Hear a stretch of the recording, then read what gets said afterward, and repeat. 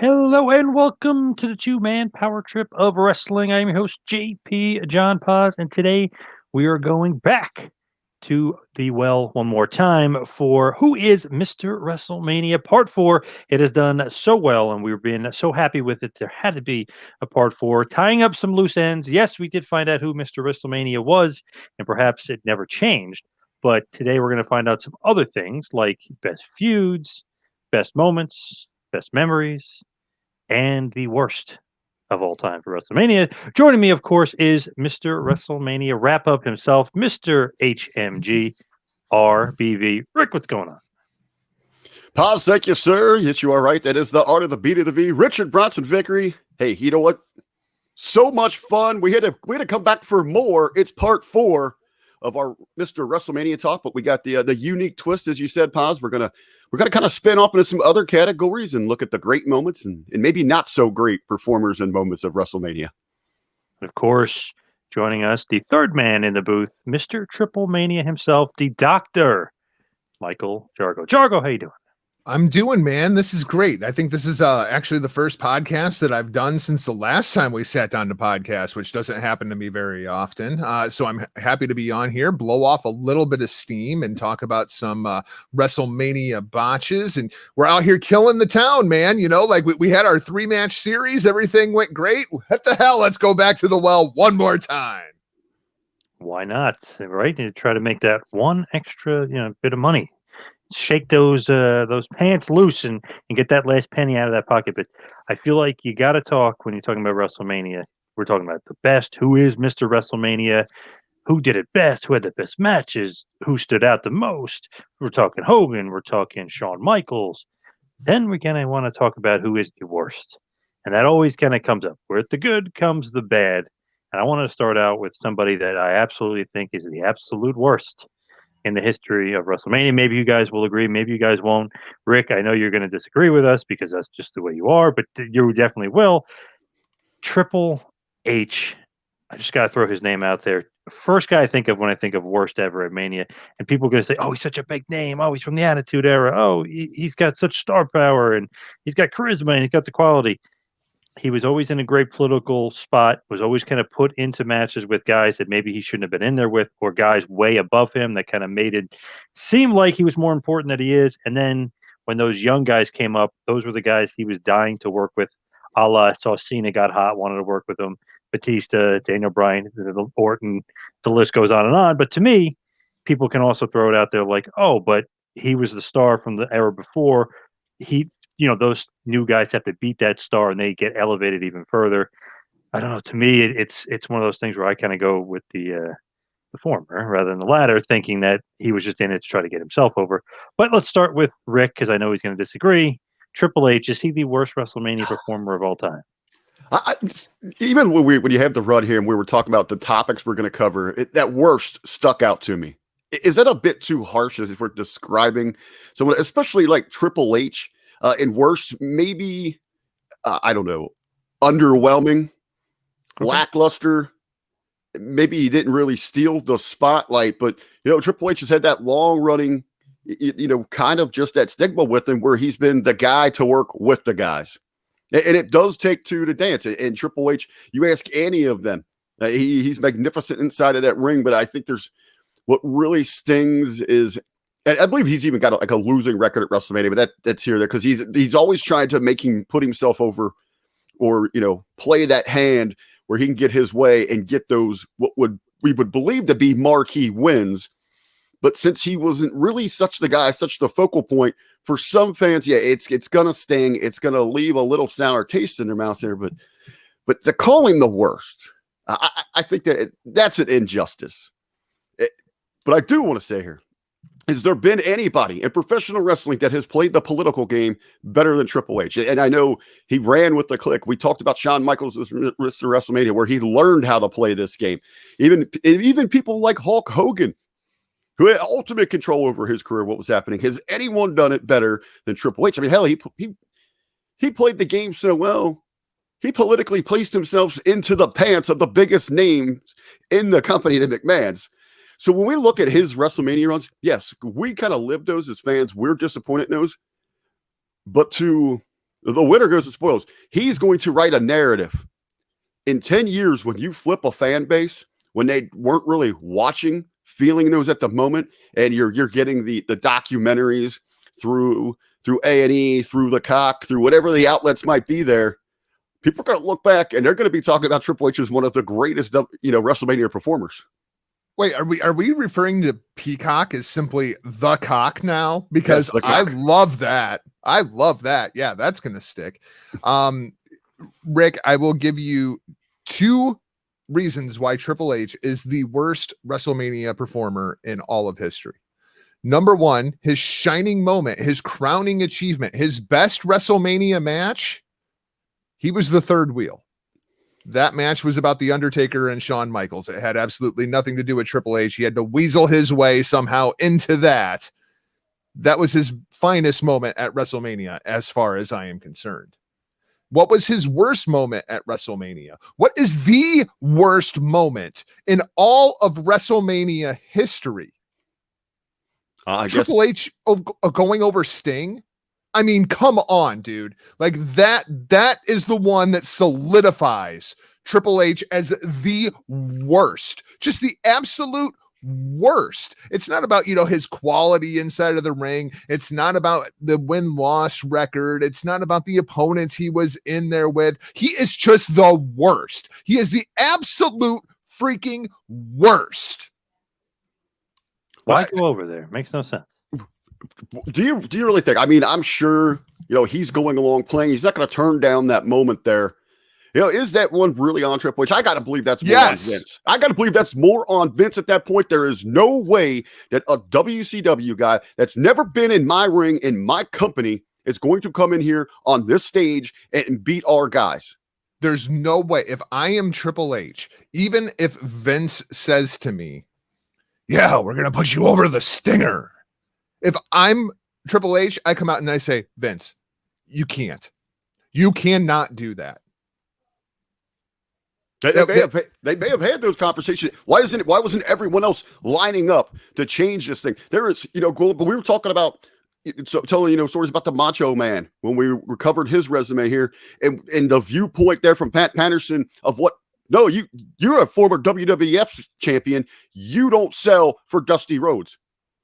We're talking about the American Dream, and they completely dismissed that. You think they give 2 craps about an age 10 years out of his prime Sting?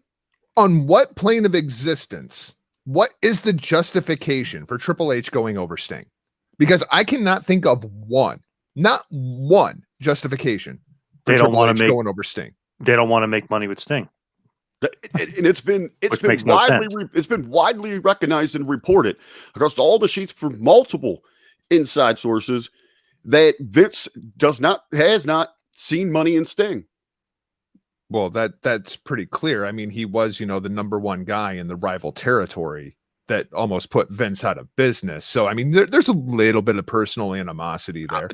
And that's what you're going to get. Now, I'm not justifying the call. I absolutely agree. It was beyond wrong. That should have been a moment, because inside of itself, you didn't really have business going forward. It was a spectacle at WrestleMania. That should have been a moment for fans. Any business you did have going forward, you killed when you had Triple H beat Sting. I got bigger issues with that match. Whoever the hell decided it was okay to hug it out after you smack someone in the head with a sledgehammer, another burial. Following, that's different. And then, outside of the Sting moment, I mean, I can't justify the actual decision. I'm just trying to rationalize what their conversations were going on backstage. To me, the biggest, I don't know, hiccup, mistake that they made with them is it should have been Booker T's moment, and they decided to go with Triple H there.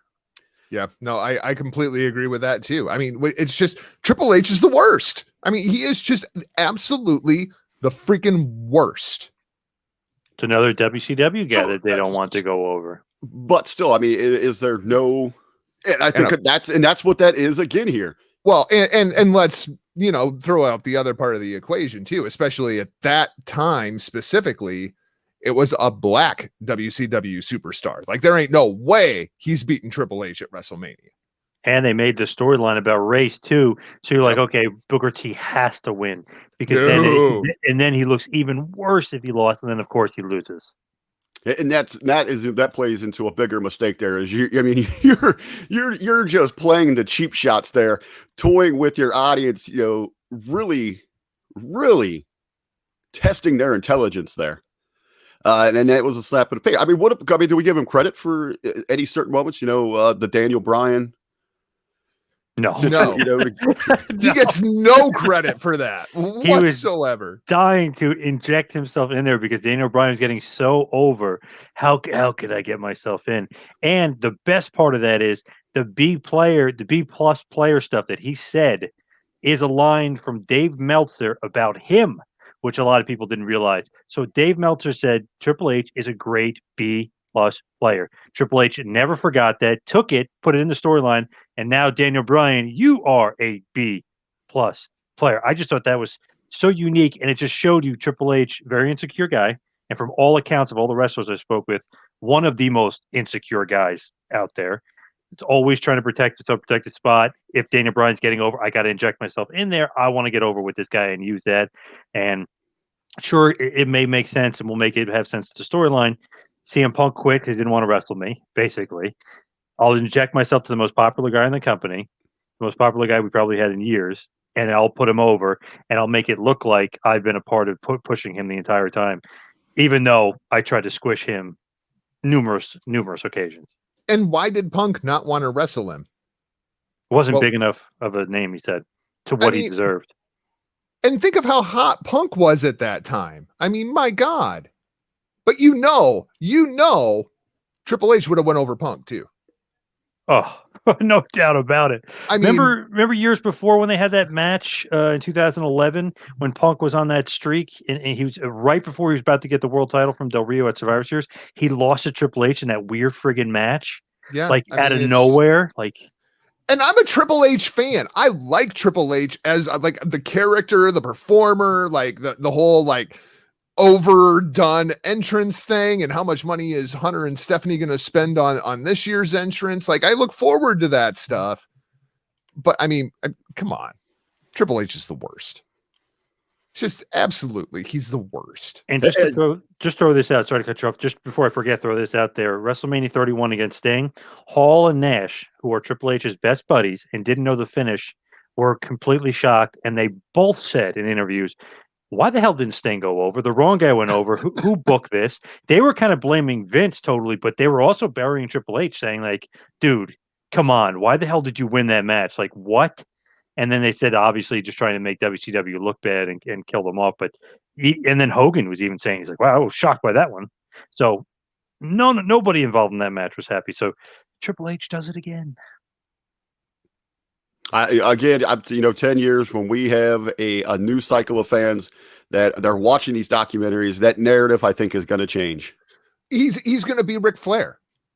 That's he's going to become Ric Flair. Like, it blows my mind when I see all the adoration and all this love for Ric Flair all these years after his career ended, the 16 time. And it's like, well, you do realize he like cheated his ass off to win at least 14 of them. Like, Ric Flair was not like this ever popular babyface that everybody loved. He wasn't Hulk Hogan. And yet he's presented like he's just this adored figure throughout pro wrestling history. And it's like, he was the dirtiest player in the game.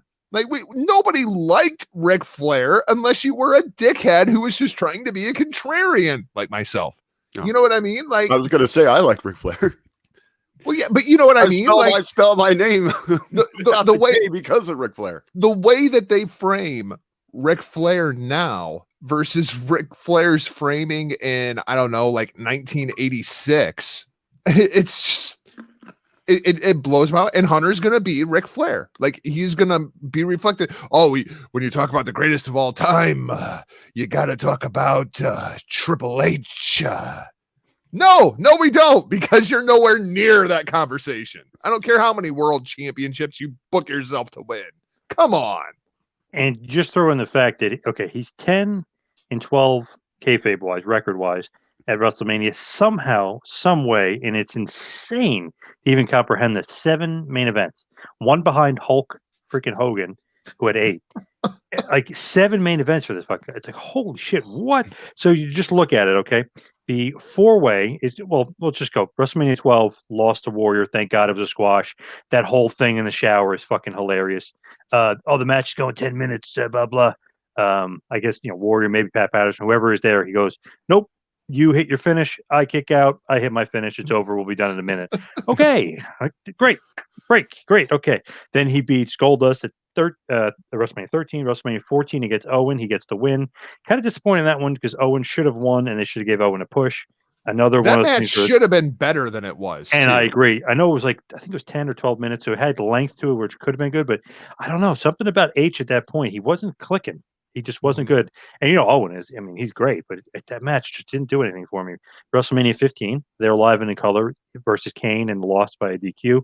Match sucked. WrestleMania 16, the match absolutely terrible. That 4-way with Foley, The Rock, and Big Show hated it. Him going over just makes no sense. So we're continuing to see a pattern here. Shouldn't have beat Owen. Shouldn't have won this match. Now, wait, just for context purposes, Mhm. At what point in Hunter's WrestleMania career did he marry Stephanie? Like, when did that happen? Was it that WrestleMania 14 to 15? No, I believe it was 16. I Was believe it 16? Okay. I believe so. Somewhere around 2000. Well, you've already got the political machine pushing him. And now that he's kind of on his own here, he's really learning how to play that field. So, we don't know how long it had been going on with Stephanie before it was actually revealed. Well, he was cheating on China. Let's get that out there. And they were still dating. I believe it was 99-ish, I want to say. So that would be WrestleMania 15. WrestleMania 16, I believe, is when him and Stephanie are definitely together. And then he starts getting the monster push. They liked him anyway. He was definitely on that trajectory to get the push. Him and The Rock were kind of coming up together. Obviously, The Rock basically ran a mile and lapped him and kept going up that mountain way higher than him. But still, he's the guy that was going to be The Rock's counterpart in a feud.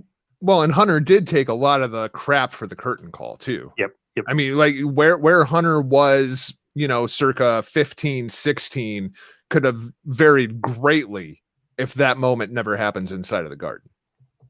So basically, after 16, which was a horrible win, then 17 versus The Undertaker, which is a great match. I like that match.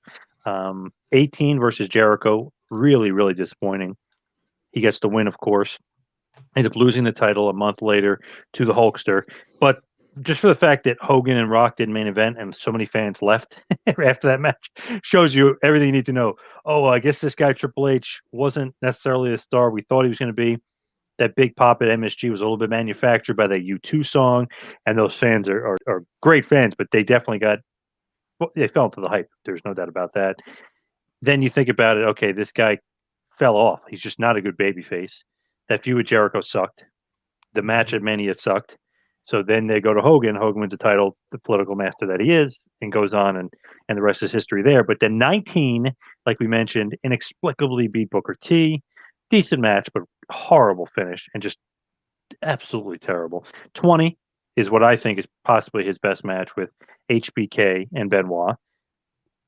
I could have been in there with those two guys, and it would have been considered, almost a 5-star classic. So let's not give him too much credit, but the crowd loved the fact that he was the one that tapped out to Benoit at the end.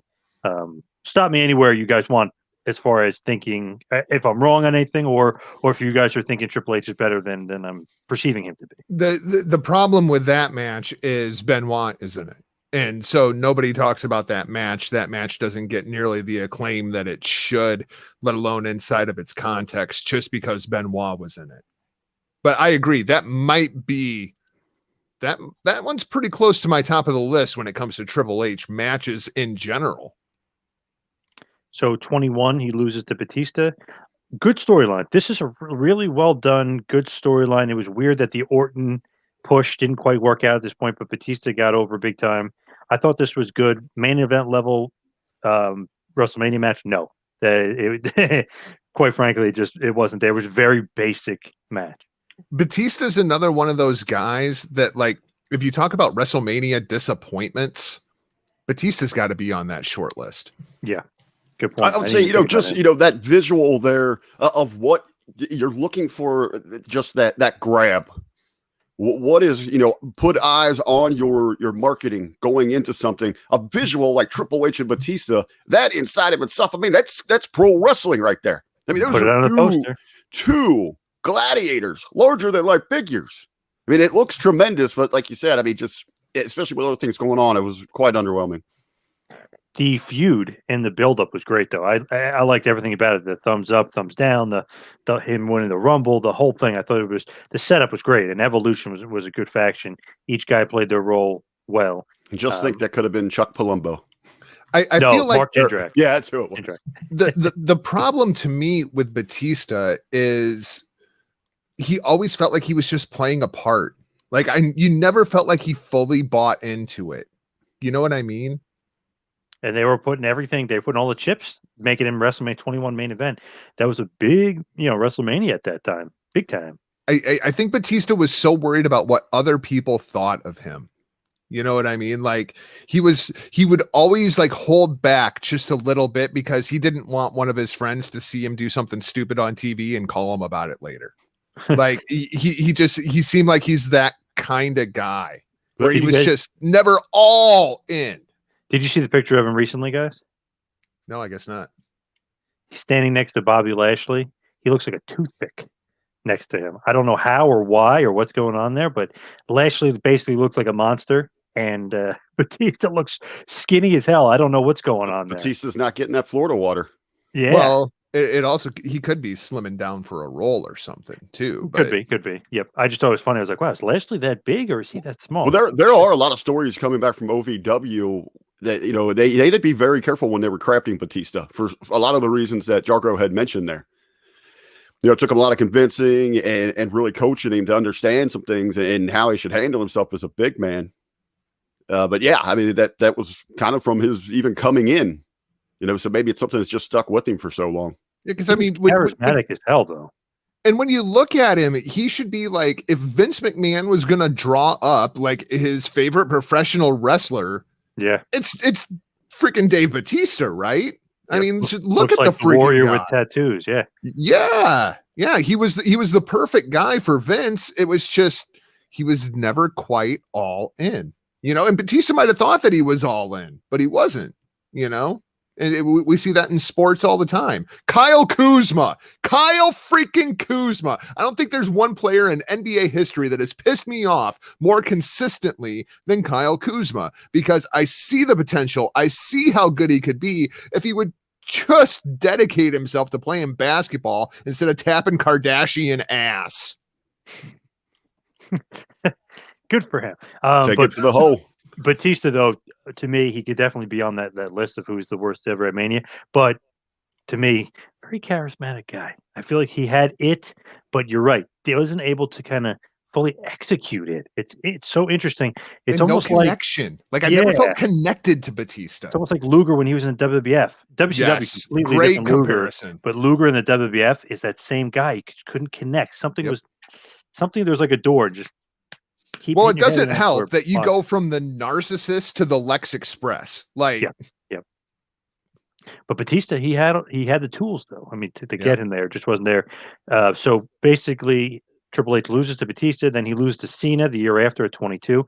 I didn't mind the match. I kind of liked it. It's very basic, but the crowd is so into it. It kind of makes up for the basicness of the match, and it was good. It was like nice little thing to get Cena over. He beat Bradshaw the year before, and then this year he beats him. So kind of gets him over the mountain. 23, the rumor was that he was supposed to face Cena again and get the win. If that was true, that is the stupidest thing ever and the most ridiculous bullshit I've ever heard.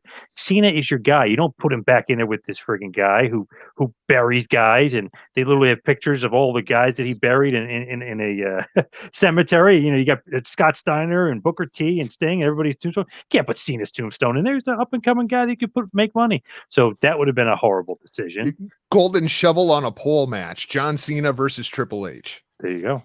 Sit on it. But that would have been horrible if true. But thank God, he was injured and that didn't happen. Thank God. As I'm sitting here looking through some of these WrestleManias and during this run here, again, I hate to say worse, but underwhelming, especially for the position he was in. Does Cena does he enter this conversation? We were talking about him a few weeks ago, Johnny, because he had all those 5 main events and stuff. But yeah, he's been sometimes a little underwhelming at Mania for sure. And Rick, this is where the difference between the two of us and our taste in professional wrestling come in, right? Because Cena, more than any other character, well, maybe Hogan, where you look at, it was all about the character work. It was all about the microphone. It was how hot the match was going into it. You knew you were going to get the 5 moves of doom, and that was about it, right? But when it comes to WrestleMania, when it comes to that biggest show of the year, I don't need John Cena to go out and put on 5-star matches all year. But at WrestleMania, it would be nice if, the number one guy in the company could go out and put on, like, I don't know, 4-star matches instead of like 2.5-star matches. But that's kind of what you got out of John Cena. I'm even looking, from how I critique my grading scale here is about those builds. It's about those hot programs coming in. It's about the personas. But then as I sit down, especially the last month, so we've been like seriously reflecting on WrestleManias here. I look for those, and I know we're going to get to those wow moments that are going to last with you forever. I don't know if I really have any with Cena. No. That's the thing about Cena, man. And that's why we sat down, we had that conversation with Dr. Tom Pritchard, and then we did a whole episode of Turnbuckle Talk, I think it was, where we talked about John Cena and John Cena's legacy. Yep. I don't even know how to rank John Cena over the course of professional wrestling history. He's such an interesting character, and how history is going to look back on John Cena, because I really don't know. So when you think about Triple H and what he's been able to accomplish in his career, great guy as far as physique wise and like what WWF wants. He's like that kind of prototypical look to him. Wrestling wise, he thinks he's flyer, he thinks he's Harley Race, not quite there. Wasn't that good of a worker. So let's go to WrestleMania 24. Him versus Cena and Orton gets the loss there. 25 versus Orton. So many people want to say this match is one of the worst ever in WrestleMania history. That match, and Cena Miz definitely is up there for me. But Orton versus Triple H at WrestleMania 25 to end the show is one of the worst matches I've ever seen. And when you put it at a main event of WrestleMania, that just heightens it even further because you have certain expectation. They started off the match with both of their finishers. I was like, what the, like working backwards? I'm like, what is this? And then all of a sudden, boom, the match is over. So I guess other matches went long. Who knows if Taker, Michaels earlier tonight went long or something, but they had to cut that match and it was just over just like that. I was like, holy shit, what a disappointment. It's like Triple H continues to disappoint. I mean, there's been really no matches where he's not in there with a Michaels or a Benoit or Undertaker, somebody of that ilk where he's having great matches. I mean, it's just crazy to me. And it's so interesting to me that when you look back throughout Hunter's career, his best opponents and his closest friends are like opposites. You know what I mean? Like anybody that that Hunter ran with backstage, whether it's Batista, whether it's Orton, with the exception of HBK, it was he just had no kind of chemistry with inside of the ring. Yep, it's crazy. Yeah. And then the next year, he fights Sheamus at 26, gets the win. I was thinking maybe Sheamus, who they were trying to push big time, like kind of needed that win. Yep, and then absolutely. Call me crazy on this. After this loss, Sheamus didn't recover for a while, it seemed like. You could make a case that he's never recovered. I was going to say, did he ever get back to the heights that they had hoped for? I mean, you see that early push, and what was all the heat on Sheamus then too for catching fire so early? Oh, he's a Triple H guy.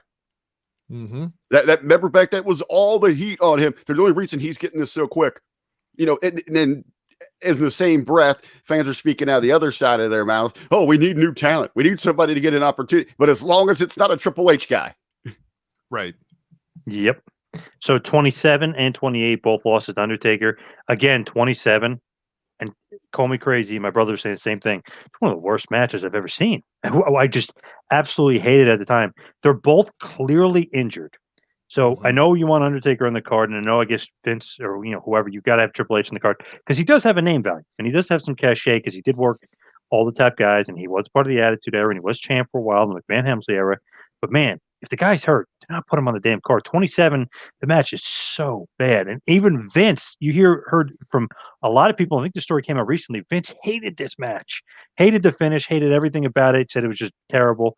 Maybe he didn't realize how injured those two guys were, but 27 is really, really disappointing. I think that's a matter of Vince kind of being out of touch because I think we all knew going into it, like how are these two guys going to go out there and have a WrestleMania quality match? Because it was quite obvious that they were not healthy going into it. Yep. It was too much pressure on those guys' shoulders. The problem is when you look at the rest of the card, they needed that match on the card. Such a bad show. Yep. So 28, like you mentioned before, good match with HBK, Undertaker and the Hell in a Cell. Not so much a Triple H, even though he's involved, but basically taking the thunder, which is his thing, what he does. The thunder of those two epic matches with HBK and Undertaker, and saying it's a 4-year feud and trying to transfer it over. Dude, it's not. It was you trying to take some shine off of that feud and try to bring it onto yourself. And it infuriates me that Hunter still has the picture of the three of them up on the ramp for kind of like the new curtain call, right? As they're getting ready to exit. It's the end of an era. Yeah, the end of an era. Yeah, Yeah. Hunter still has that up. And it's like, motherfucker, you shouldn't have even been in that match. Like, this had nothing to do with you. This is a perfect example of just, oh, that's a really good, I got to get in on that, and it's just infuriating. So this is going to piss you off again. 29, Lesnar's big return. He's back. He's back at Mania. Triple H freaking wins. SummerSlam was a good match because Lesnar went over and basically killed him and said, your career's over, I'm ending you. Then they have this match, which shouldn't have been that career-ending thing. They should have just had the match. Lesnar should go over Mania. Then you have the career stipulation on the cage match, and then he can escape the cage and win that way. So you keep Lesnar strong, but they do it completely opposite. They completely screw it up. Of course, Triple H has to get the win at Mania. Like, what the fuck? Again. The hilarious part. It's writing Triple a narrative. He's Triple H. I want to be an underdog baby face. Like, no, you're Triple H. It doesn't work, dude. Does not work. Triple H, the underdog baby face. Come on. It's crazy. Rick is over there thinking, man, I love the fact that he went over Lesnar here. You're crazy. No. But I mean, why and where does he get that win? Okay. In 10 years, how often do we talk about, remember that SummerSlam, that best of SummerSlam? No. In that narrative that he is going to control. I mean, hell, in 10 years, Paz, you might be sitting on a pile of money. They might own the 2-man power trip library, and this whole conversation is going to be erased. Yep. True. Very true. Except for me talking. It'll be the RBV show. Yeah. So WrestleMania 30, like we mentioned, versus Daniel Bryan. Great match. Great opener. One of the best openers. He gets the loss, but really, I mean, you see he comes back out at the end of the show. I know they're making it the Authority versus Daniel Bryan and that whole thing. The real story was obviously about Bryan winning the title. He interjected himself right in the middle of it because he saw Bryan's star rising and he had to be a part of it. We talked about that a little bit. Then Sting, of course, he gets the win. We talked about that before. Worst decision ever. Worst idea ever. Sting comes out with this little entrance. You're like, oh, okay, that's kind of cute. Then Triple H comes out as the fucking Terminator. Like, what the hell is going on here? Totally the Crow versus the Terminator. Totally trying to upstage. Remember they had the Japanese drum playing and stuff. Man, like it was very low key, and then all of a sudden he comes out as the Terminator. Totally trying to upstage him. Everyone saw right through that, and anybody that didn't is just kidding themselves. They were obviously trying to say WWF's better than WCW. They obviously didn't care about making money with Sting, even though they could have. Or you build them up to the program. I mean, they just make no sense. Pretty dumb. Then WrestleMania 32, and they lost to Roman Reigns. Match is not that great. The match is way too long. Triple H injected himself again into a match he shouldn't have been a part of. I realized there was a lot of injuries, and he stepped up. But how funny is it that he gets to win the title of the Royal Rumble that year and be the main event of WrestleMania as champion, when he is nowhere near his prime anymore and shouldn't have been anywhere near a main event. Would fans be as upset over that Sting loss had it come at the hands of The Undertaker? No. Hell no. That would have been fine. I would expect that. So it was just because it's Triple H, it is, son-in-law, the politician, Yeah, because I mean, really, that was Vince versus WCW. It was just that Triple H was kind of the stand-in for Vince because, and I think throughout his entire career, I think we know that Triple H's office, we view Triple H's office, and it was clearly a WWE versus WCW thing. It should have been Undertaker versus Sting. I mean, that's the match everybody wanted. Well, I think that's probably where the issue lies because they didn't get the ultimate dream match. To me, that's as big as a swing and a miss. And I don't care for, we didn't think they'd work well together. I know Vince didn't think that they would actually sell, which is, come on, it's absolute BS. Yeah. It's right up there when they didn't give us Hogan and Flair at WrestleMania. Yep. Absolutely. Yep, big disappointment. And 27, going back to why I hate that so much. Remember that awesome video that they had of Undertaker? Somebody was watching him, somebody was stalking him. Okay, it's Sting. They're going to make those letters. Remember, they had those letters. They're going to make it make sense. It's going to turn into Sting or something cool. And then it's like Triple H. You're like, are you fucking kidding? Like, Really? Triple H? Like, who gives two shits? Like, god damn. Like, what a disappointment. And then they're both was injured. me, Austin. It was me. Oh. Yeah. Horrible. Actually, that moment was great because I was watching Nitro at the time, and Bischoff literally goes, the higher power, his initials are VKM. Don't even need to watch it. He just gave it away on TV. Do you know who the higher power was supposed to be? Christopher Daniels. Yeah. How badass would that have been? I like CD in that role. The only problem is, I guess Vince met CD before all that and was like, holy crap, where's the rest of him? I had just thought, I was thinking about this yesterday. I don't know why it was on my mind. And I was kind of playing out that visual. And you know how odd that would have looked if you had him come out? Because the rest of that ministry, there were some big dudes. Yeah. I bet you the smallest guy was like 6'3". Oh, yeah. CD would have been the smallest one by far. And here's how I made it make sense in my mind, though, because it was actually just 2 days ago. It was on the 4th. So it was Star Wars Day.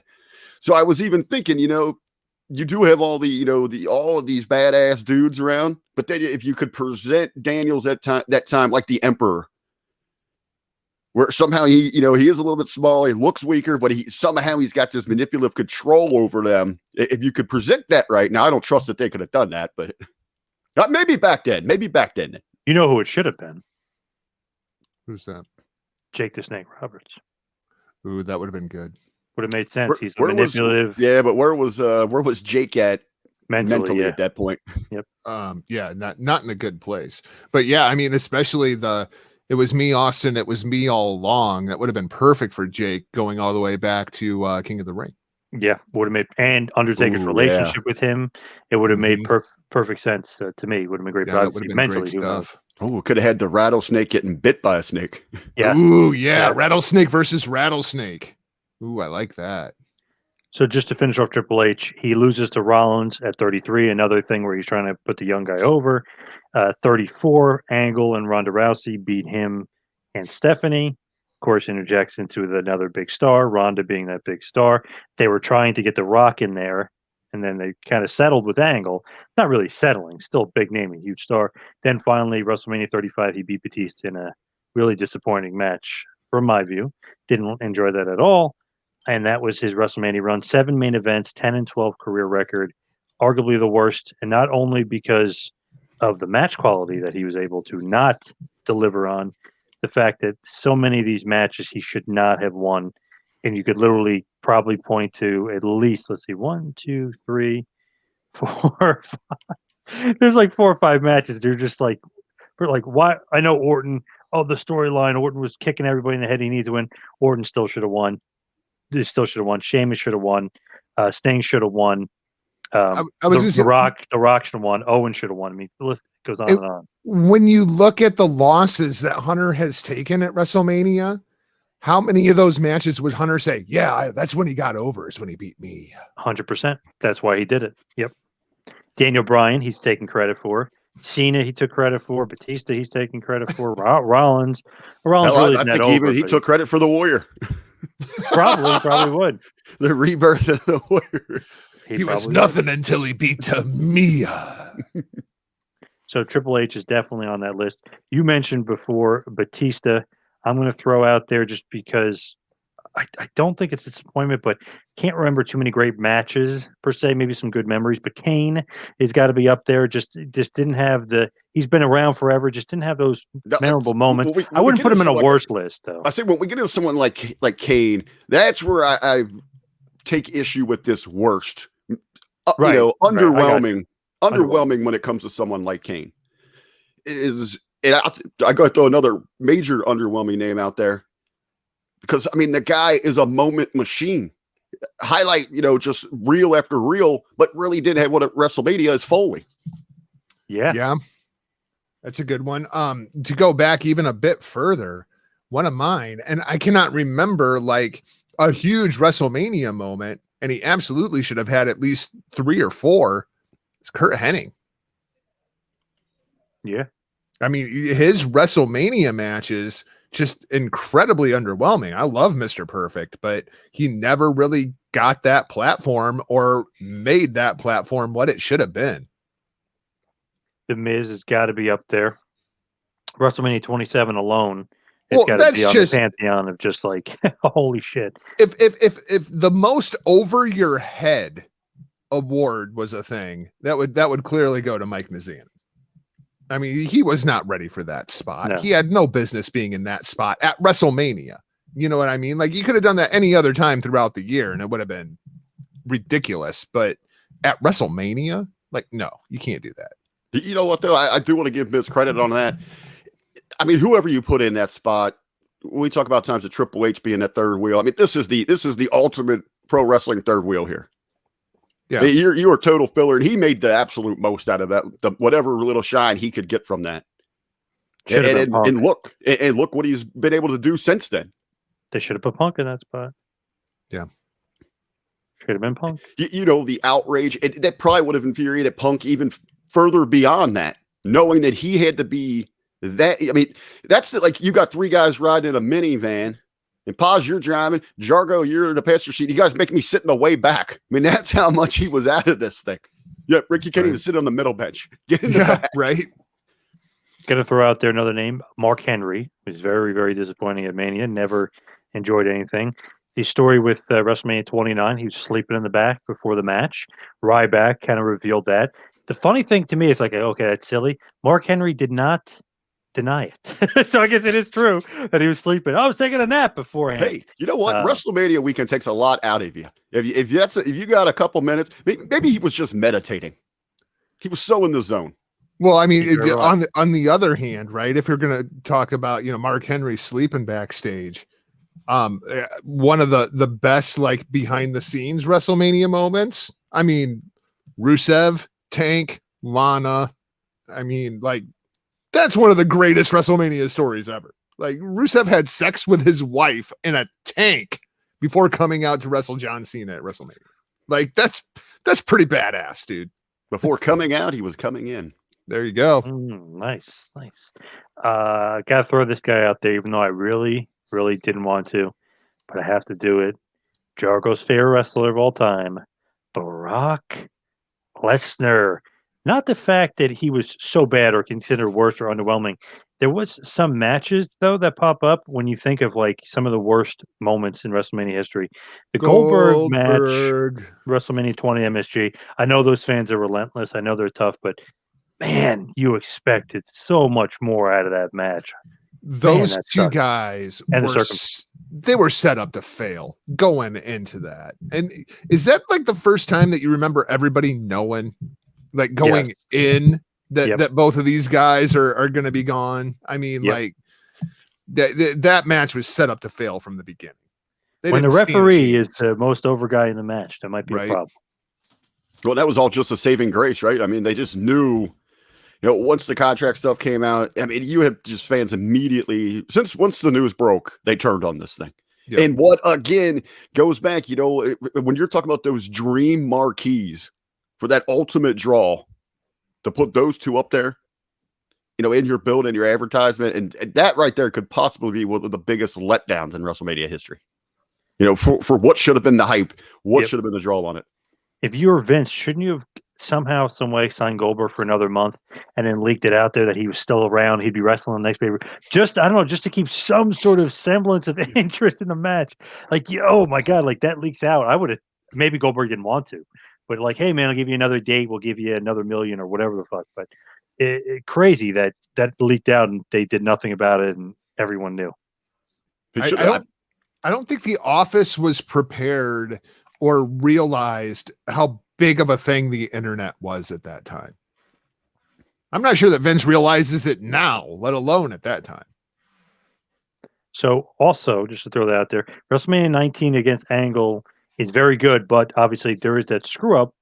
But I just interviewed Kurt, which will be out next week, by the way. He says that screw up is great because it's so memorable.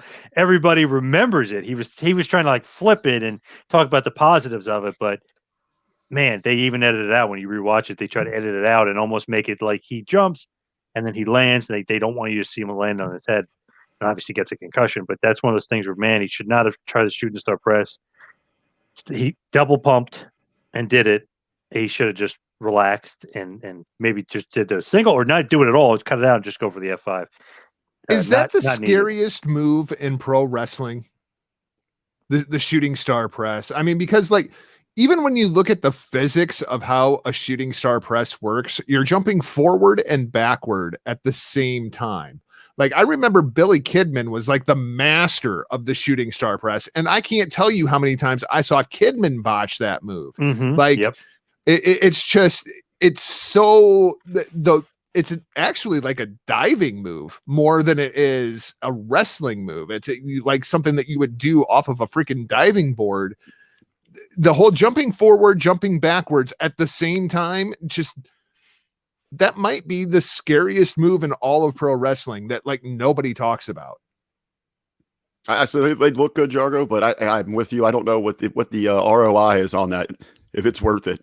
Right. Osprey's been doing it all of a sudden again, too. Just like out of nowhere, he started using a shooting star again, but let alone somebody the size of Brock Lesnar trying to do a shooting star press. Like, and I know that that used to be his finish in OVW, but my God, no, there's no reason to see Brock Lesnar doing a shooting star press. So then he fights Triple H in his return at 29, which we talked about, which is awful. Horrible match, horrible finish, just didn't like anything about it. WrestleMania 30, some unfortunate circumstances happen. Undertaker's concussed, and that's kind of why the match wasn't as good as it should have been. And he gets the win, which was shocking, and to me, awesome. I thought it was great that he won and broke the streak, but crazy to the match because of the circumstances. You say that match is not as good as it could have been. I love that match. And one of the things that I love about that match is it feels so damn authentic. Like that match feels like a real fight. There ain't nothing pretty about it. That was just two big dudes going out there and having a fight. I love that match. Rick, I'm guessing you love that match too. I agree 100% with you. And I think those that really are negative on that thing, it's because they have become so schooled and just where they believe that the floor routine is a normalized art. An act inside of professional wrestling. They're supposed to be out there mimicking a real fight. Mm-hmm. That thing looked like a bar brawl. It looked like two guys throwing down out back over whatever the hell they wanted to, whatever the case might have been, the issue. It had that raw, authentic feel to it. That when Brock Lesnar starts getting into the whole beast incarnate kind of era of Brock Lesnar, I love that about him. And especially the finish with Brock going over. It was like, what the hell just happened? Like, did Brock just decide that he was going to beat the Undertaker? Because even if the Undertaker was like, no, I'm going over here. If Brock Lesnar wants to go over, Brock Lesnar's going over. Like, you're not going to stop him. He has that sense, and Rousey has a little bit of this too, where if you punch Brock Lesnar just the wrong way, Braun Strowman. Yeah. Brock Lesnar's going to light your ass up, and there ain't a damn thing you can do about it. And I think that was the thing about that Undertaker match was, oh my God, did Brock someone just make that do call? that because Brock wanted to do that, or was that the way that was supposed to go? I love that match. Jargo, it was you that shared the open sit down that Heyman had overseas, and remember it was him that said, everybody's questioning You know, who made this call? Why would Vince do this? He said, let me pose this question to the audience. He said, what if that wasn't the call and Brock Lesnar made that decision on his? And that's the major appeal with Brock. That's why he's on another level. I mean, beyond the physical attributes and truly the natural charisma, the body language when he's out there. He doesn't need to speak on a microphone to get over. Yep. But it is that raw. Anything can happen. At a snap of his fingers, it can get real, very real. I will never forget that time Braun Strowman freaking kneed Brock Lesnar in the head a little bit too hard, and Brock Lesnar hit that big son of a bitch with one punch, and suddenly Strowman is weak in the knees. And it's just like, holy shit, dude. What you saw there at that WrestleMania, the end of the streak, that feeling that you had with Brock at the end of that match, that is absolutely what they need to start building immediately towards next year's WrestleMania between Brock and Lashley. Yep. That with those two dogs, anything could happen here. This could get very, very real, very quick, and it's must see, and only in the WWE. I wasn't feeling that match as much as you guys were, but I love the finish. I love the fact that Lesnar went over. I felt like he really needed that after that disappointing loss to Triple H. I feel like that loss literally crippled him, made him not like a big draw like he should have been. It's like, oh, the guy lost already? Fucking Mania to Triple H of all people? Like, well, when they brought him back, he lost to Cena right away because they had to get Cena that a big too. win. So the Cena loss to Triple H loss is like, holy shit, like this guy, I guess he's not a main player. Then he beats Undertaker, and now look, still drawing power that we're begging to be in the main event of SummerSlam or Mania coming up. Yeah, the Triple H loss feels like it was kind of the beginning of that whole new era of Brock Lesnar where he just became unbeatable after that loss. Did you like WrestleMania 31? He gets the loss here with the Reigns match is good, and I really like the way he was building it. Lesnar was basically bullying the guy around, but he wouldn't give up. Typical monster heel against his babyface, who isn't small at all, but compared to Lesnar is small. Then Rollins comes in and steals the win. At the time, I liked it, but looking back, I don't know. It's kind of like a little bit of a cheap WrestleMania finish to have a Money in the Bank cash in as the finale. Look at the time, I liked it. Those good booking, especially because Rollins lost earlier in the night to Orton. So then it's like a feud that could happen. He already lost to him. Now he's the champion. He can fight with Orton. But to me, I was like, looking back, I don't know if I like that. It's kind of a cheap finish. Greatest RKO ever in that Seth Rollins and Randy Orton match. I love that RKO. The reality of that entire situation is Seth Rollins should not have been there. But we all know that was like full bore the rejection of Roman Reigns. Yes. And that was the reason that Seth Rollins was interjected into that match, was to give them an out without Brock taking a pin and without Roman getting a victory, because they could not afford for Roman to take the championship at that point. I heard the original plan was for Brock to win. Then Hulk Hogan was going to come out and challenge him immediately. Hey, but hey, go back and watch. The crowd loved it at WrestleMania 9 when Hogan. I was going to say, again, we can kind of break it down now. Looking back on that moment, but I mean that cash in, that was pretty incredible. I mean, everyone really got excited for that thing, so it was a great moment, especially for WrestleMania and for Money in the Bank. It was shocking. Yep. And it was, how in the hell are they going to get out of this match? Because you knew that audience was going to turn on that match. You knew that going into it. They had booked themselves into a corner, and we all forgot about Plan Z. Plan Z, Seth Rollins comes out and cashes in, takes the championship. And we were all, oh, duh, we totally should have seen that coming. Well, and we didn't. We had never seen that before. Right. Inside of a match, it was always post-match. Yeah, no, it was genius. It was just really, really smart way to book themselves out of the corner. WrestleMania 32 versus Dean Ambrose, totally not up to Lesnar level as far as like match quality wise. It was okay. It was a brawl, whatever. But Ambrose, man, he did not deserve to be in that match. I just wasn't feeling it at all. I'm like, wow. So Lesnar got I know injuries played a huge factor in this, but wow, Lesnar got the shaft in this show, and he could have had a better opponent, but he just did. I was like, man, that kind of disappointing. Very disappointed in that. The problem there was Moxley, Ambrose, whatever the hell you want to call him. He should not have been in that position. Brock Lesnar knew that he should not be in that position, and Yes. Brock Lesnar gave him nothing, not a damn thing. Brock Lesnar did not want to do business with Jon Moxley, and that was very, very evident in that match. And all of the great ideas that I have heard that were thrown out for that match, that Lesnar was just like, yeah, I'm not doing that. And it's funny too, because Lesnar against smaller guys is awesome. AJ Styles, and not to say that Mhm. Moxley's smaller guy, but compared to him, he's a lot, especially at this point, a lot Right. smaller. But AJ, great match. Finn Balor, great match. Daniel Bryan, awesome match.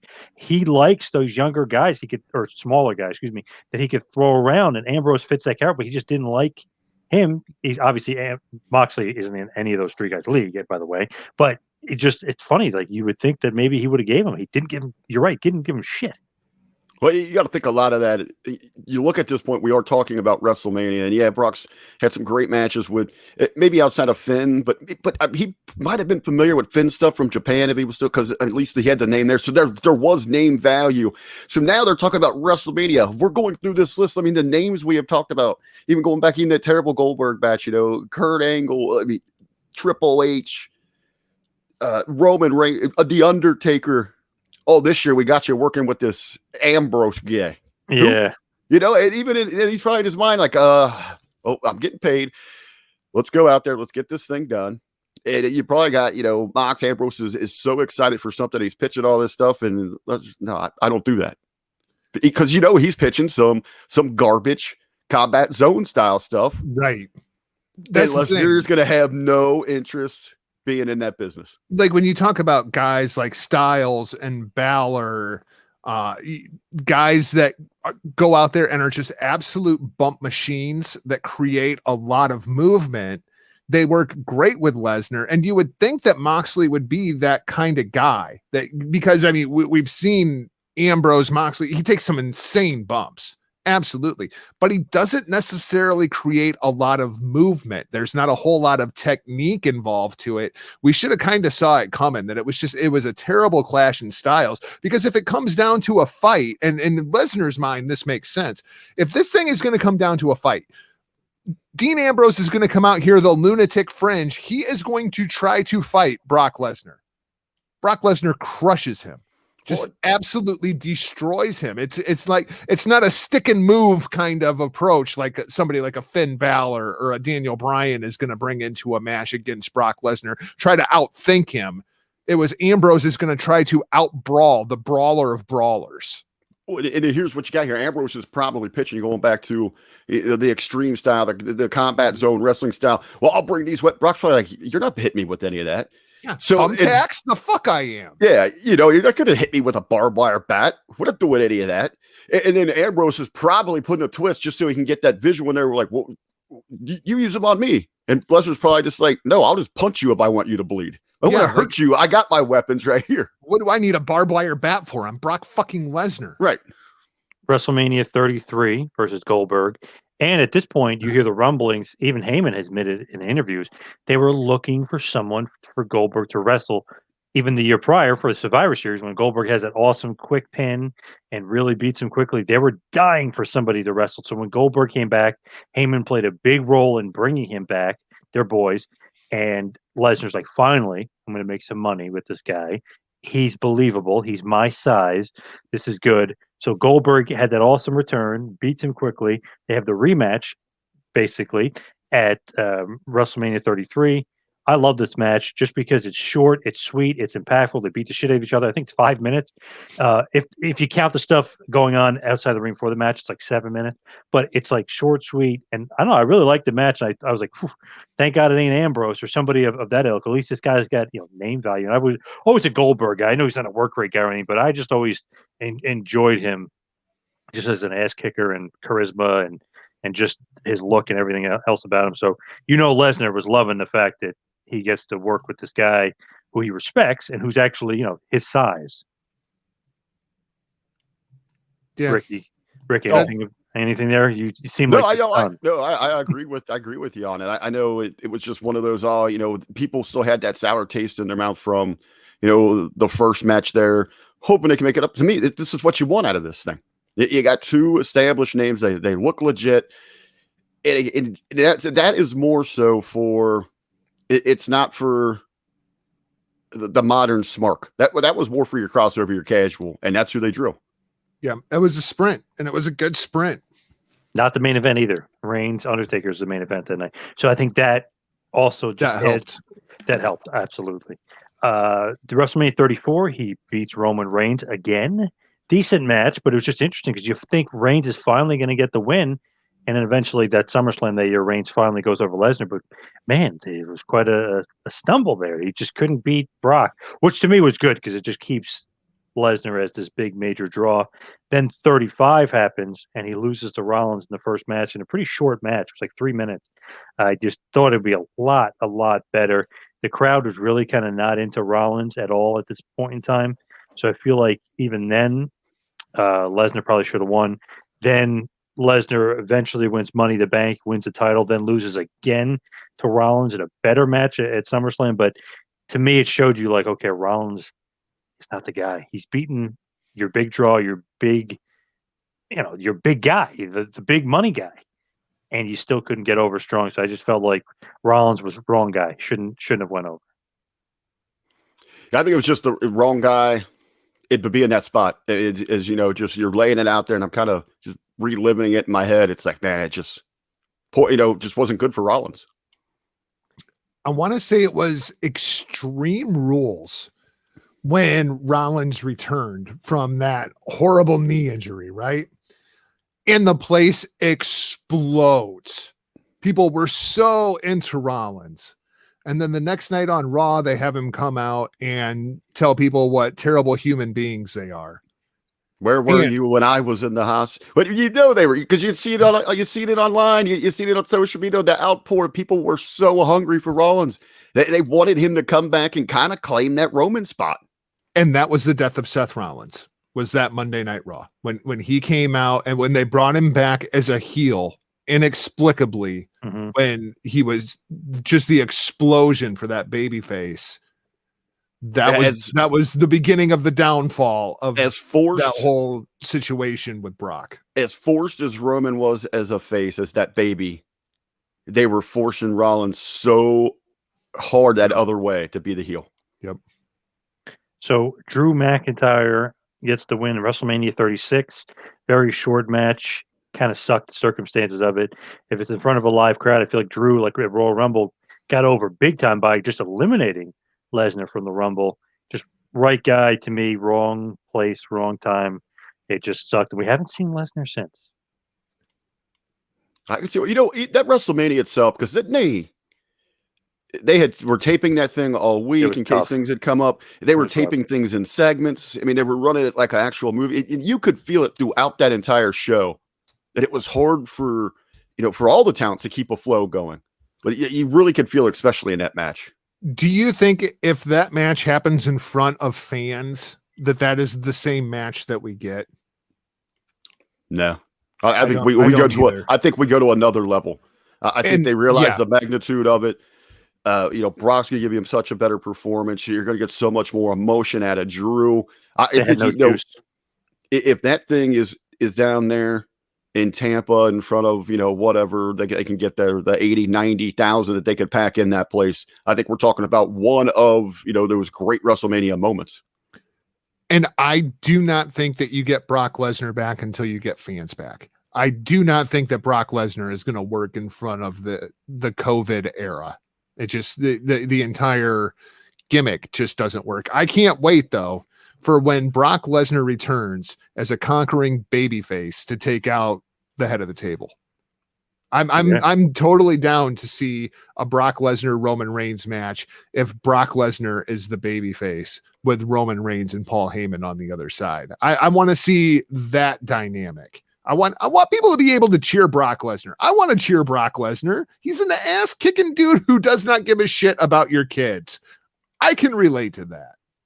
He's a fighter, and that's what you should have here. Yep. Guy's going to go out there and just take care of business. But Jargo, we're talking about Brock coming back. If he wants to come back without fans, his payday, whatever. Even why would you? I mean, he's not going to work television. So you're just, I don't even know if he would have maybe he'd boost a little bit of your rating. But you're just going to want him to drive that interest to I don't know, man. To build your gate. I really think that if you put Brock Lesnar, sell the cock. If you put Brock Lesnar on Friday Night SmackDown, opposite of Roman Reigns and Paul Heyman, and even if Brock Lesnar only shows up once a month for like 3 months, I guarantee you the ratings are going to be higher on those 3 shows than the rest of them. You know, I think Brock Lesnar would actually change the rating. I agree with you there. I mean, what do you think it would be so significant? I think it would be substantial. I really do. Okay, now if you're Vince and company and you realize this, we're having a real conversation that it's going to be an overwhelming increase in ratings. Is that a little deterrent to not do it? Because then the rest of the time it's going to continue to suck. Then you have those executives at Fox saying, whoa. Why is this working? Why aren't you paying him more? That just Brockton just again begins to demand more and more. So, I mean, unless you're absolutely, your balls are in the fire right now, which it seems that they can continue to just, pull the blanket over these networks' eyes that they're not seeing how bad this is. Do you expose yourself by bringing in a Brock for that? Let's say that you have Brock Lesnar confirmed for WrestleMania next year. All right. We are definitely going to have Brock Lesnar. He is definitely going to be in the main event of WrestleMania next year. Do you do Brock Lesnar versus Roman Reigns, or do you do Brock Lesnar versus Bobby Lashley? I immediately go Lashley. I immediately go Roman. Roman doesn't have that crossover appeal. I don't think Lashley does either. I mean, as much as I love Bobby Lashley, let's face it, dude, he's fought in Bellator. And when you look at Bellator versus UFC, the comparison's not even remotely close. People have seen a lot of Roman already. He is that guy that crossed over. You begin to introduce Bobby into that. And when you do, you're highlighting his background from the military training to his professional fighting. To me, you have got a greater opportunity to grow your audience than going back to the whole Roman situation again. I think rather than going prize fight between Brock Lesnar and Bobby Lashley, you bring back Brock Lesnar and you have a personal issue with Paul Heyman involved with Roman Reigns. Because it's not just Brock Lesnar versus Roman Reigns. It's also Brock Lesnar versus Paul Heyman. Where have they ever told us that they have anything personal? They've always told us it was business. Well, it was maybe personal. Brock can make it personal real quick. Maybe it was personal to Paul, but they've never pitched us that it was personal. Yeah, but we're going to find out. We're going to find out that it is personal. There you go, Rick. We're going to find out. You want to put him on television? Then you just go up and shoot a bunch of vignettes that you can start running where he's in a training camp, and you give that real presentation that you've got Lesnar and Lashley going to camp, like going to train. You bring it out where it looks like something from Bellator, from a big boxing bout, from UFC. They got their entire camps coming out. You load that thing up with sponsors. I mean, you completely recreate that look for that match at WrestleMania. And to me, you're stepping outside, and it goes back to what we were talking about. Anything could happen. This could get very real, where I don't think you get that with Roman Reigns, because ultimately I still feel that if he wanted to, Lesnar could just crush him. Yeah, but wouldn't it be great, though, if Lesnar came back and was like, Paul, you don't return my phone calls. The hell's going on now? You with this guy? Like, he could totally kind of play it up, and they could make it into a personal issue. Plus, Reigns can win now because he could cheat. I don't. Pause. Do you really see Brock Lesnar picking up a phone call to call it? It's always had to have been Heyman calling him. I don't know. Maybe I don't see Lesnar, losing much sleep if someone's not answering his phone calls. But maybe he noticed his bank account is running low, or like, where's his money, Paul, or what's going on here?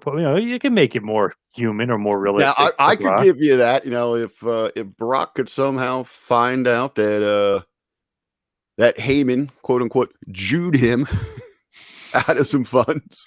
Or Heyman brings him back thinking that they're going to be a tag team, and Brock is like, hell no. I want to hear promos between Brock Lesnar and Paul Heyman. Just make damn sure that you got your finger on that 7-second delay. I'd love to see him come back where they do reunite, and you give me Lashley, Lesnar, at the training, the intensity, the body language, the charisma that they have. And then we have the verbal joust between MVP and Paul Heyman. I think one of the biggest misconceptions in the history of professional wrestling is that Brock Lesnar needed a mouthpiece. He doesn't. He doesn't in any way, shape, or form. No. You go back and watch him when he was in UFC. Brock Lesnar can talk. He just plays the monster that doesn't really, really well. I don't look at his I don't UFC need stuff. I don't need sprinkles on my ice cream, but it makes it so much nicer. Right. And that's what Heyman was. You know what I could see? You could get almost a year-long build out of this. You could almost do a Mega Powers Explode kind of thing, where not necessarily where they're a tag team, but where you have Brock on Monday Night Raw, and he goes and he wins the WWE Championship with Paul Heyman by his side. And then you have Roman Reigns over on SmackDown as the Universal Champion with Paul Heyman by his side. And you have the little Paul Heyman family. And maybe you've got both champions in the ring posing together at the same time. And we do, oh my gosh, are you ready for it? Champion versus champion, title for title, Brock Lesnar versus Roman Reigns. There you go. See, we talked it out. Now we got both of our ideas. There you go. You build to the Lashley match. You get through that big seller. And you just use Heyman as that fulcrum to kind of play them back and forth off of one another, where Heyman has to choose which one of his monsters does he want to be in the corner of. Hey, when you're dealing with Paul Heyman in the middle and you've got personalities, larger than life figures, mega stars like Lesnar and Reigns, you're playing with dangerous alliances. Ooh, yes, we can do an entire story arc. Woo! So let's recap and wrap it up here. So who do you think is the worst Mania history? I just have to go Triple H. There's no. I was saying Lesnar just to get his name out there because there was a couple of disappointing matches, but there's no way he's even close. Triple H, and I think Miz and Mark Henry and Batista, those guys are miles behind. I think it's Hunter in a landslide on this one. I still hate to say worst. Richard. It's a performances there, but for the point of this conversation, no matter how we're going to label it, Triple H. So the clique has dominated. Damn, Triple H is the worst, and Michaels is the best. Makes sense. They are the most influential group in pro wrestling history. I mean, when you really get down to it, the clique, absolutely. Those four guys. When you look at what their ramifications on the pro wrestling history over the course of the last 30 years, it's hard to argue. Best and worst. I guess you could also argue. Who was his, Triple H's mentor? His Mr. WrestleMania. So he overly tried to be able to take that crown, to get somewhere next to burn as bright as that flame. It's the story of his career. Whether it's Ric Flair, whether it's Shawn Michaels, it was just Austin. Absolutely. Yep. Always the guinea, never the pig. But in the end, he will have ultimately probably amongst those names the most influence over this business. For better or worse. Mm-hmm. So before we wrap it up and finish, just a few other quick topics. We'll get your you guys' opinion on this. So who is the best one-night performance? Or what is the best one-night performance at Mania, thinking back? To me, Brian at 30. I knew you were going to say Brian at 30. For me, I might have to go Bret Hart at WrestleMania 10, just because I was there. Obviously, kind of pushed me in that direction. The Owen match is awesome, and the Yoko, and I know exactly what Rick's going to say. Macho Mania 4. Go way back to the tournament, something we've never seen before, and I know. Fans have to realize too, we didn't have these marathons where every match was supposed to be, spot after spot over the top. You built towards those bigger moments, but to see the list of names that were involved in that tournament, the beyond that, we sat in awe of the true megastars, and to see Macho go through that and do something we had never seen on that scale in WWE, simply incredible. I would have said overall though, I run them neck and neck, but man, Brian at 30. And awesome. We talk about energies and moments and what they mean.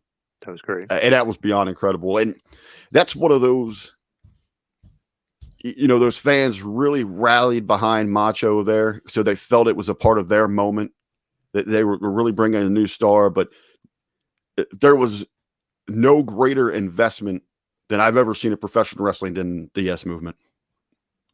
What about the greatest moment? One thing, greatest moment, WrestleMania history.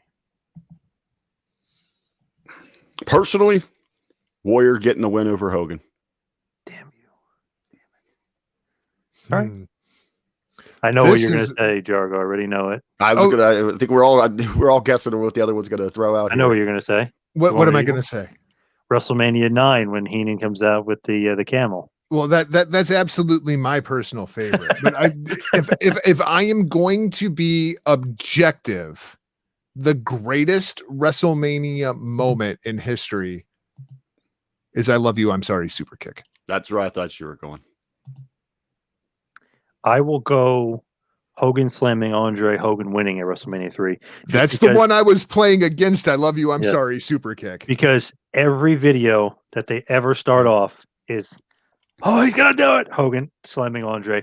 And just another one to throw out there that I absolutely love because it's the tide turner. Austin, the Austin era has begun. And him on the rope holding up the belt. And JR going nuts. Another of my personal favorites is when Jericho kicks HBK in the balls. Awesome. That was an awesome moment.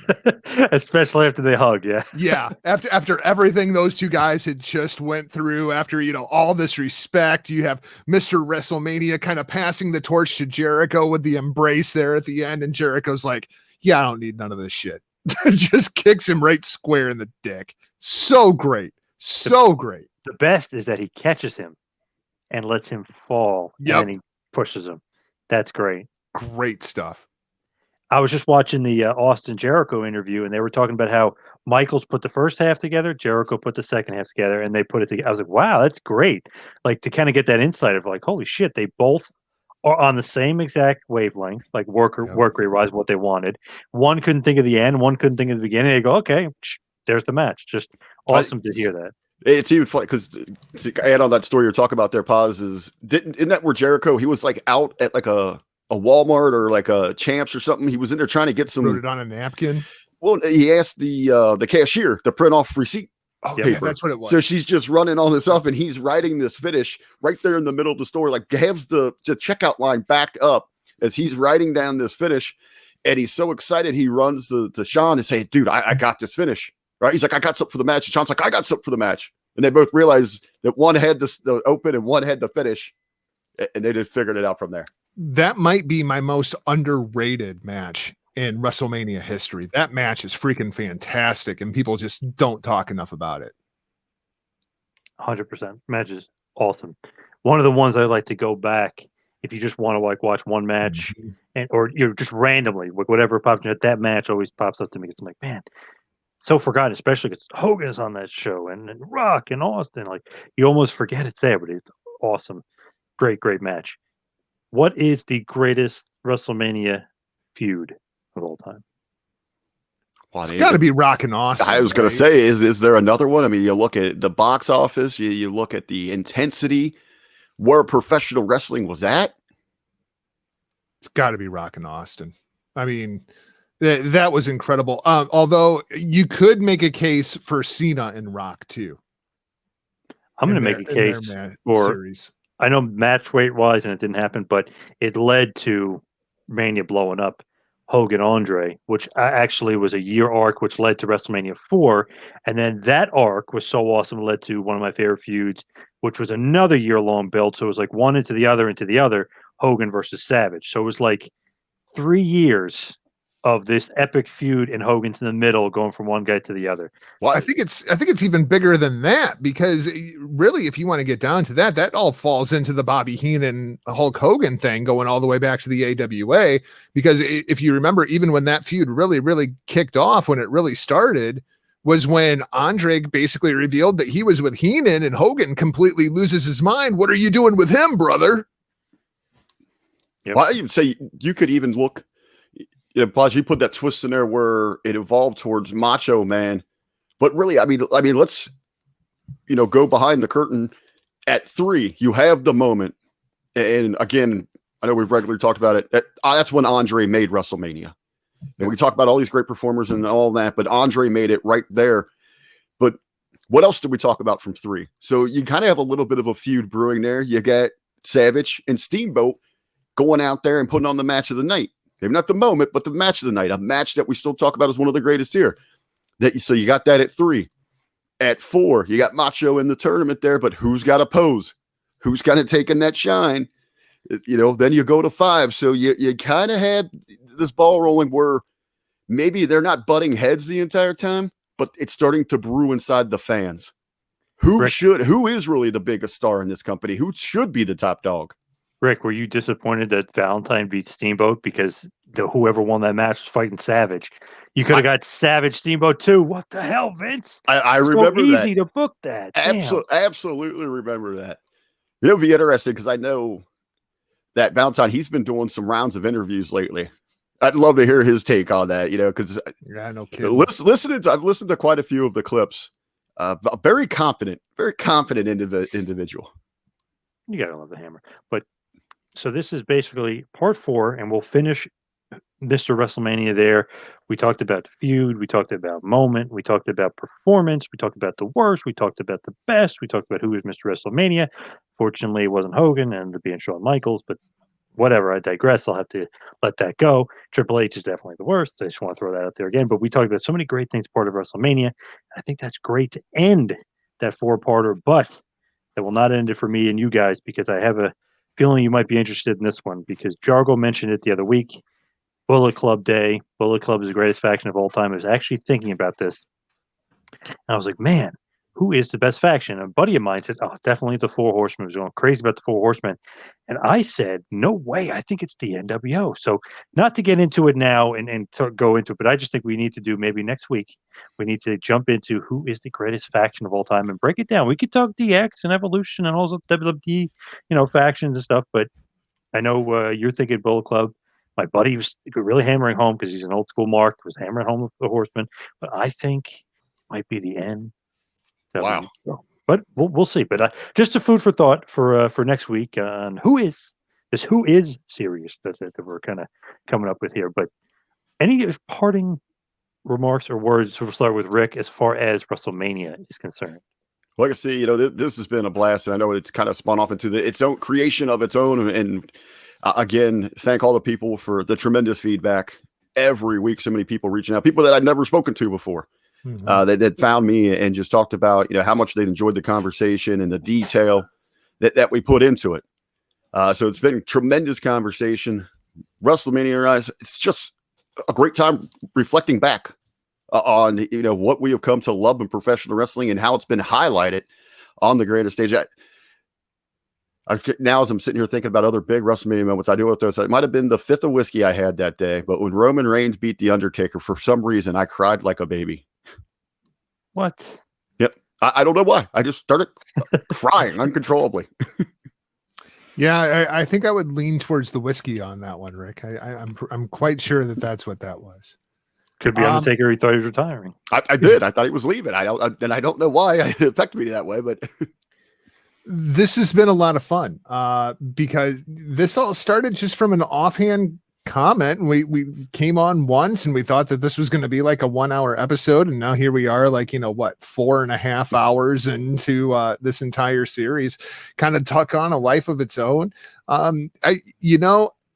can make cases for the NWO. I can make cases for the Four Horsemen.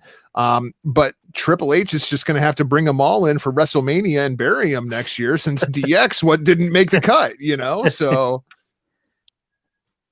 They'll be spoken about. They'll be talked about. It's going to be an interesting week with some studying on this one, because you go back to the territory days. There were some, and what they meant regionally. There's some interesting groups to talk about.